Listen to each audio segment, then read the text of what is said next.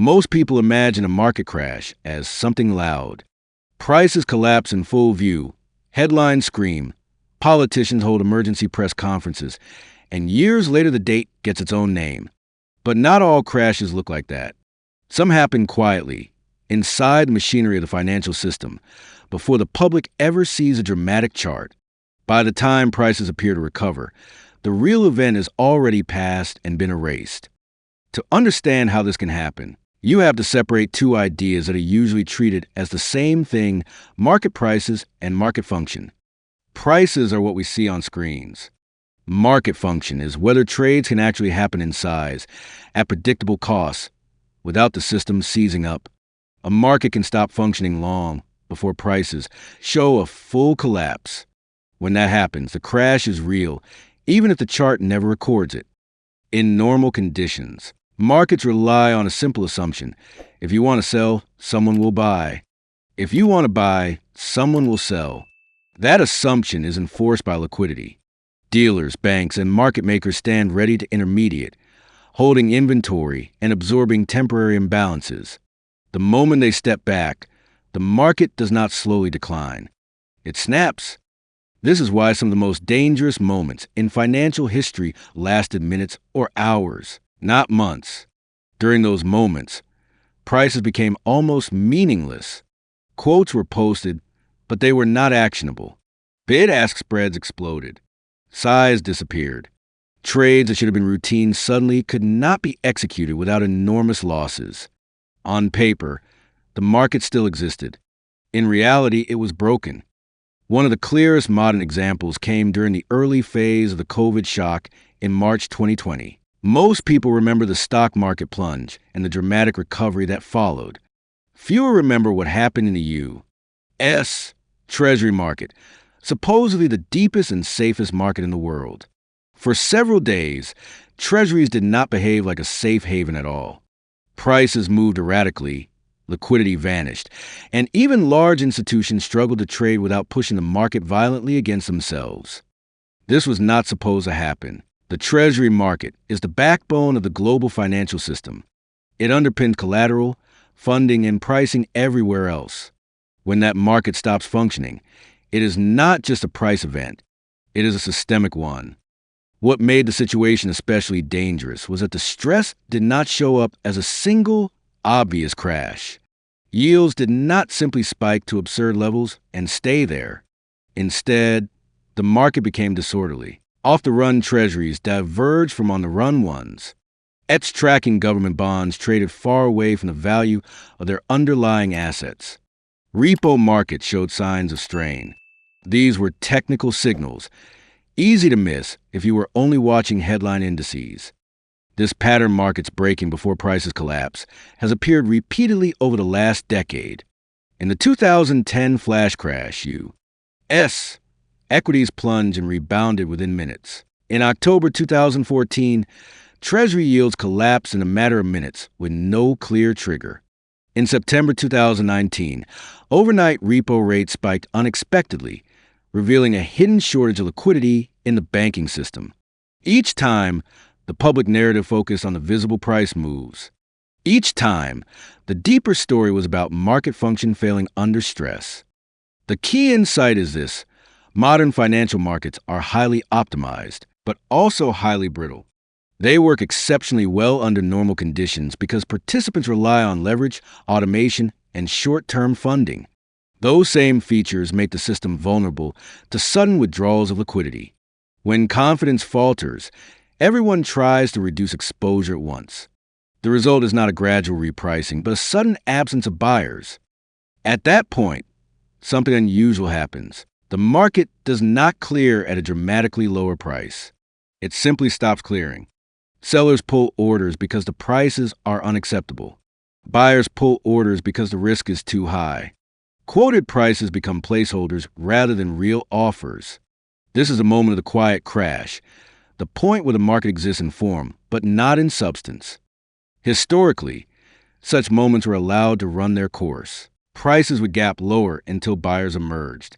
Losses would be crystallized. Weak players would fail. The system would reset brutally but visibly.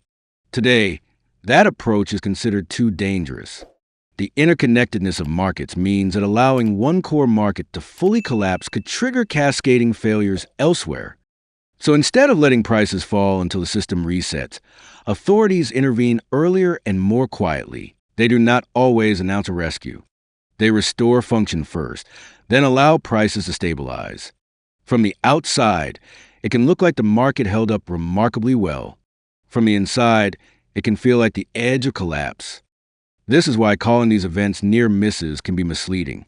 A near miss implies that disaster was avoided.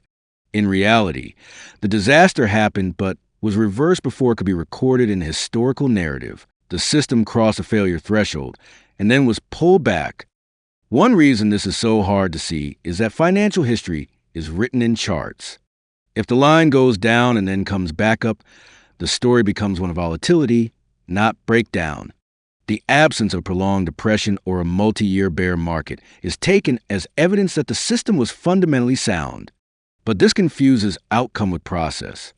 A patient whose heart stops and is restarted does not almost have a cardiac arrest. They had one and survived because of intervention. In financial markets, we often describe similar events as if they never fully occurred, simply because the intervention was fast and effective. The danger of this framing is that it trained participants to underestimate risk. If every crisis appears smaller in hindsight than it felt in real time, people conclude that the system is more resilient than it actually is. They increase leverage. They rely more heavily on liquidity that may not be there in the next shock. They assume that prices will always recover without asking why. Part one of this story is not about blaming central banks or regulators. It is about recognizing a structural shift. Markets are no longer allowed to fully fail in public. When they begin to fail in private, the response is to reverse the process before it leaves a visible scar. The crash still happens. It just does not make the history books in the way crashes used to. And that raises a deeper question, which hangs unresolved at the end of this opening act. If markets can break without leaving a trace, how many times has it already happened without most people ever realizing it? To see how a market can collapse without leaving a clear mark on history, you have to zoom in on the exact moment when the system stops behaving like a market. This moment is not defined by panic in the news or dramatic price charts. It is defined by mechanics. Pipes clog. Feedback loops amplify stress. The system breaks, not because everyone suddenly believes assets are worthless, but because the structure that allows trading to happen can no longer carry the load placed on it. At the center of this process is liquidity, a word so overused that it often loses meaning. In practical terms, liquidity is the ability to transact without moving the price too much. It depends on balance sheets, risk tolerance, and confidence that tomorrow will look broadly like today. When those conditions hold, liquidity feels infinite. When they break, it disappears almost instantly. Modern markets rely heavily on a small number of institutions to provide this liquidity: primary dealers, large banks, high-frequency firms, and leverage funds intermediate the vast majority of trades. They do this using borrowed money, tight risk models, and assumptions about continuous markets. As long as volatility stays within expected bounds, the system hums. When volatility exceeds those bounds, the same models that enable liquidity force it to be withdrawn. This is where the first fracture appears. Risk limits are hit. Value at risk model spike. Margin requirements increase. Funding costs rise. None of this requires a collapse in prices. It only requires uncertainty. As soon as participants are unsure whether they can fund positions tomorrow at a reasonable rate, they stop making markets today. The September 2019 repo market episode offers a clear illustration. Overnight funding rates in the U.S. suddenly spiked from around 2% to nearly 10%. This was not caused by a recession or a market crash. It was triggered by a confluence of technical factors: corporate tax payments, Treasury issuance, and reduced bank reserves. But the effect was revealing. Banks with access to liquidity chose not to lend it. The market seized not because money did not exist, but because balance sheets were constrained and risk appetite vanished. In that moment, the market's pricing mechanism failed. Repo rates were no longer signals of supply and demand. They were stress indicators. Institutions that relied on overnight funding suddenly faced the prospect of forced deleveraging. If the spike had persisted, it would have cascaded into asset sales across multiple markets. The crash was not visible in prices yet, but the conditions for it were in place. This same dynamic played out on a larger scale in March 2020. As uncertainty exploded, investors sold what they could, not what they wanted to. Treasuries, normally a refuge, became a source of liquidity. Hedge funds unwound basis trades. Mutual funds faced redemptions. Dealers, constrained by post-crisis regulations and internal risk limits, could not absorb the flow. Bid-ask spreads widened dramatically. Depth vanished. At this point, price signals became distorted. A Treasury ETF trading at a discount to its net asset value was not telling you that government bonds were suddenly risky. It was telling you that the mechanism connecting it to their underlying bonds was breaking. Authorized participants stepped back. Arbitrage, the force that normally keeps prices aligned, stopped functioning. This is a critical moment in any quiet crash. The arbitrageurs disappear. Without them, markets fragment. The same asset trades at different prices in different places. Correlations that normally hold break down. Participants lose faith in the integrity of prices themselves. Once that happens, feedback loops accelerate the breakdown. Falling prices trigger margin calls. Margin calls force selling. Force selling further reduces liquidity. Each step is rational at the individual level and destructive at the system level. No single actor intends to cause a crash, but the collective outcome is unavoidable.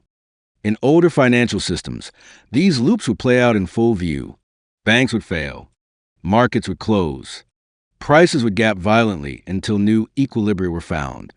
In today's system, the loops move faster and are monitored more closely. Authorities do not wait for the visible collapse. They intervene at the point where market function is failing. But before that intervention arrives, there is a window, sometimes very short, where the market is effectively broken. During this window, prices are unreliable, liquidity is illusory, and confidence is gone. This is the true crash. It is a failure of coordination and trust, not just valuation.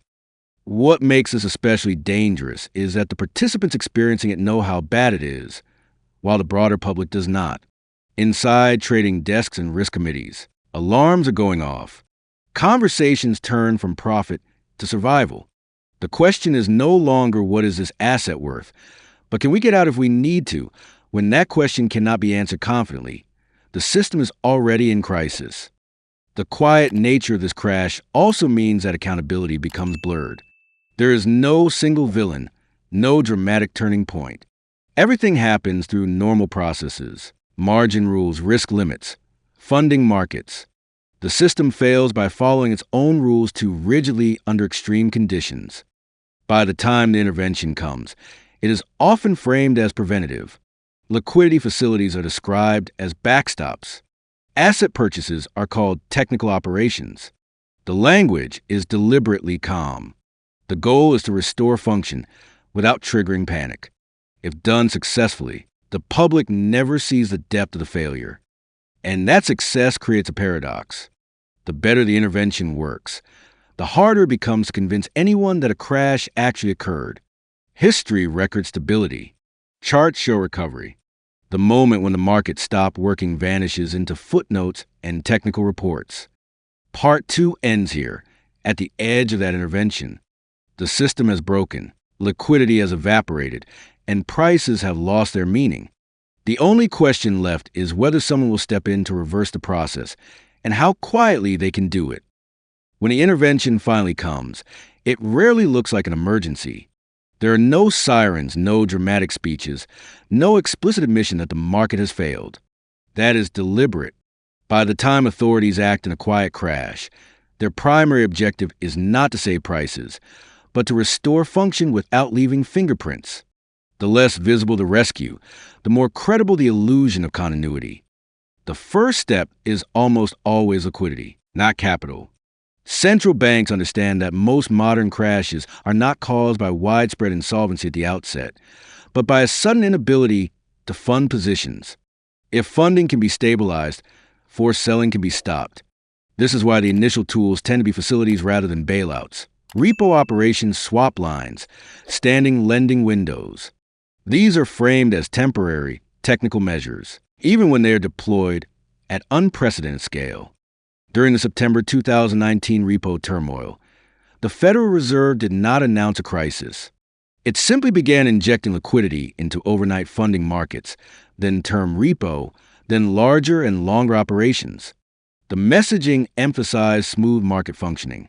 The underlying implication that the system could not fund itself without central bank support was left unsaid. Once rates normalized, the episode faded from public consciousness, even though it revealed deep structural fragilities.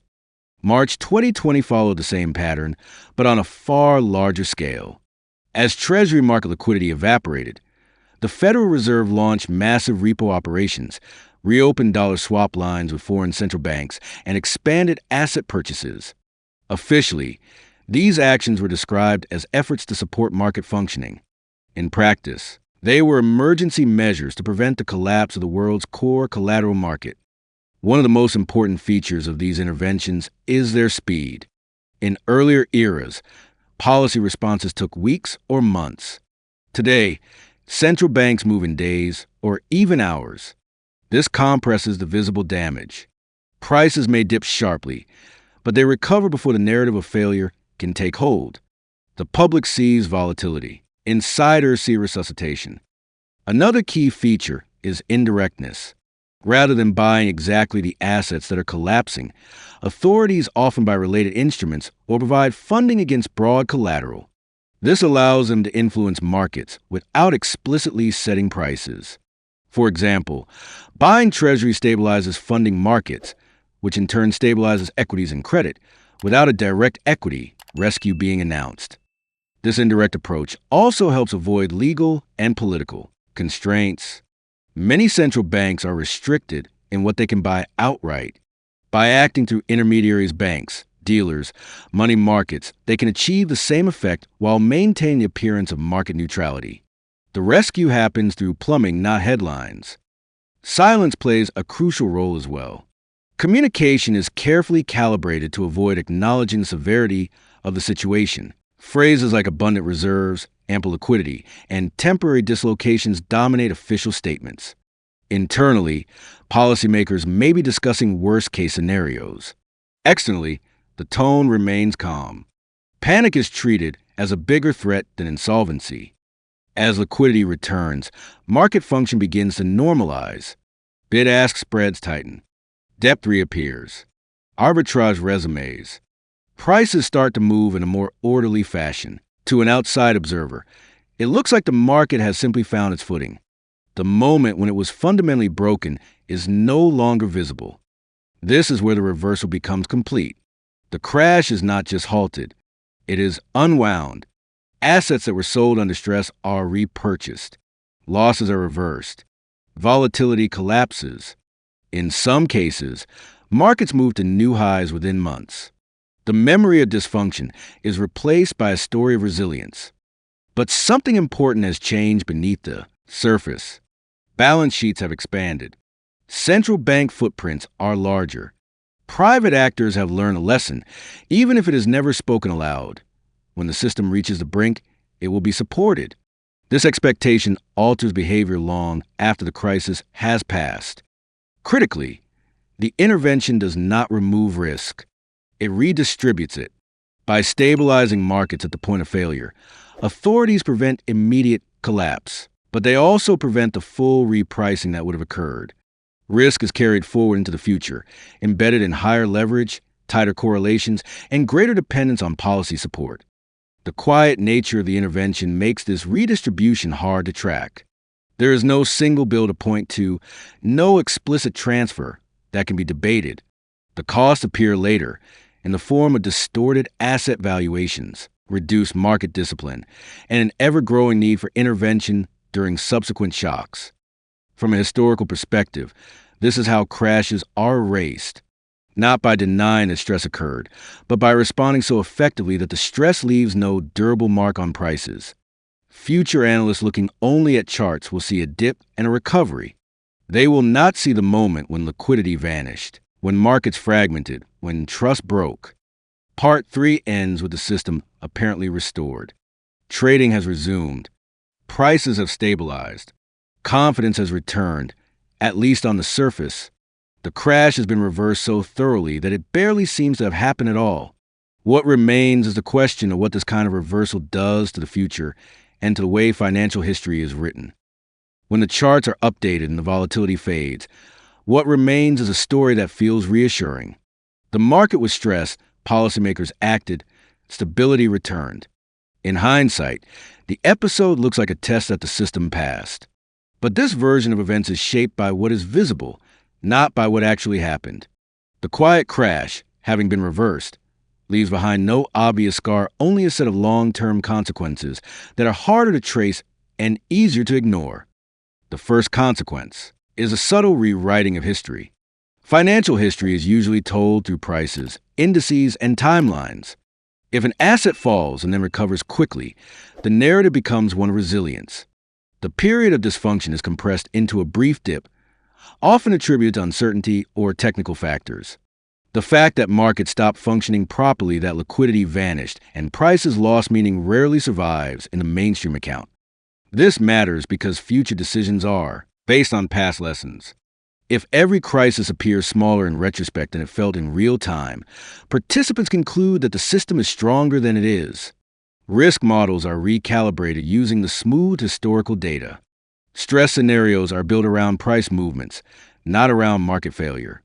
The most dangerous part of the crash, the moment when trading itself broke down, is effectively excluded from the dataset. As a result, leverage tends to increase after each successfully reversed crisis. Investors remember the recovery, not the fragility. Banks and funds adjust their strategies, confident that extreme dislocations will be short-lived.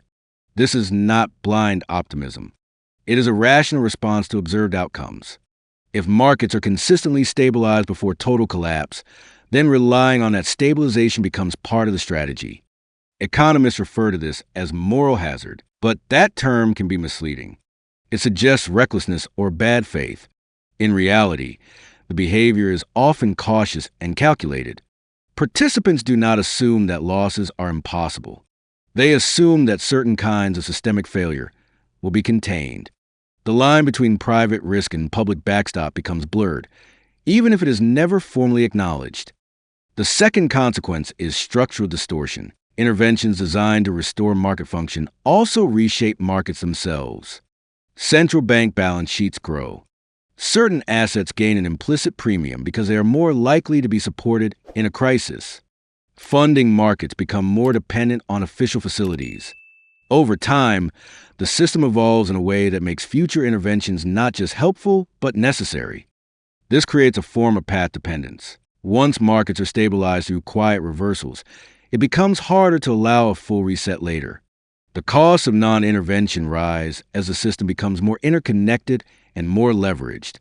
What began as an emergency measure gradually turns into an assumed feature of the financial landscape. A third consequence is the shifting of risk through time.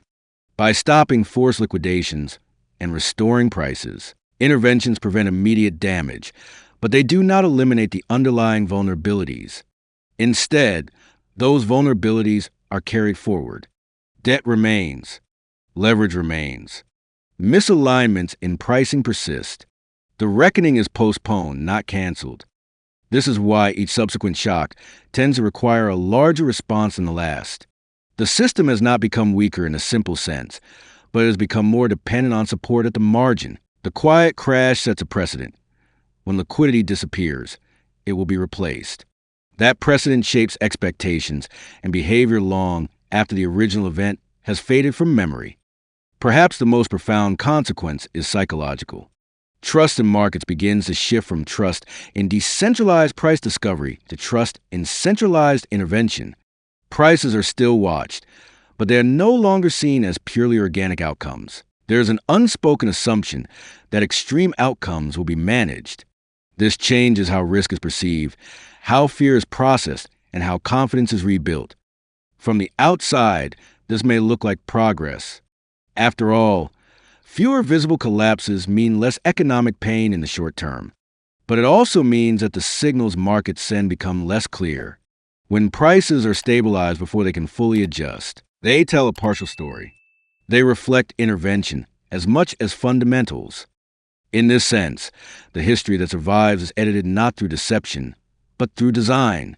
The goal of quiet intervention is to prevent panic and preserve stability. The side effect is that future observers inherit a record that underrepresents fragility. The system appears calmer, stronger, and more resilient than it actually is under stress. This brings the story back to the central paradox. The market crash did happen. The system failed at a functional level. Liquidity vanished, trust broke, and prices stopped working as signals. The only reason it does not occupy a prominent place in financial history is that it was reversed quickly and quietly enough to leave no enduring mark on the charts. And that is the real legacy of the quietly reversed crash. Not that it proved the system unbreakable, but that it proved how easily a break can be hidden. As long as markets can be restored before the damage becomes visible, the incentives to confront underlying fragilities remain weak. The crash is gone from the record, but the conditions that produced it remain. That is why the most important question is not whether another crash will come, but how it will be remembered. If it is reversed quickly enough, it may never be called a crash at all. It will be written off as volatility, absorbed into a smooth historical line and forgotten until the day one arrives that cannot be quietly undone, and history finally has no choice but to record it.